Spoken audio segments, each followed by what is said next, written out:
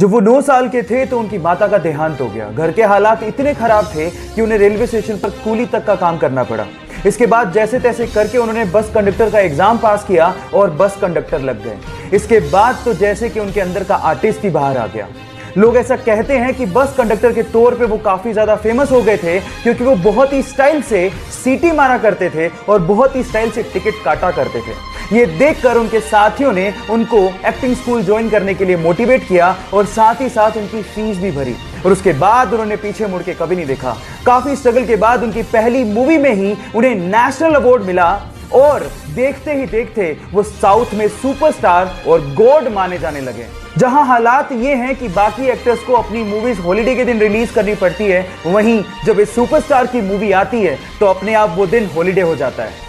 Yes, I am talking about Thalaiva रजनीकांता।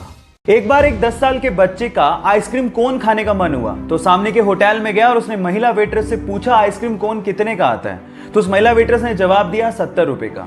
फिर उस बच्चे ने अपनी जेबें टटोली, शायद उसके पास इतने पैसे नहीं होंगे, तो उसने महिला से दोबारा पूछा कि छोटा कप कितने का आता है। तो उस महिला वेट्रेस ने जवाब दिया 60 रुपए का।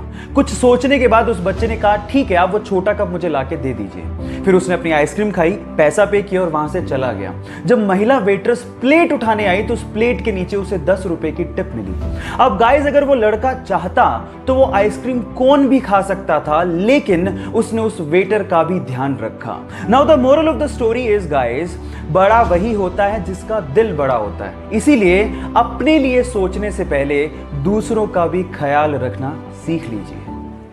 उसके अब्बू एक ऑटो रिक्शा चालक थे और उसकी अम्मी खेत में काम किया करती थी। घर के हालात इतने खराब थे कि उसके अब्बू ये चाहते थे कि वो चौथी क्लास में ही स्कूल छोड़कर काम पर लग जाए, लेकिन टीचर के समझाने पर जैसे तैसे उन्होंने उसे पढ़ने दिया।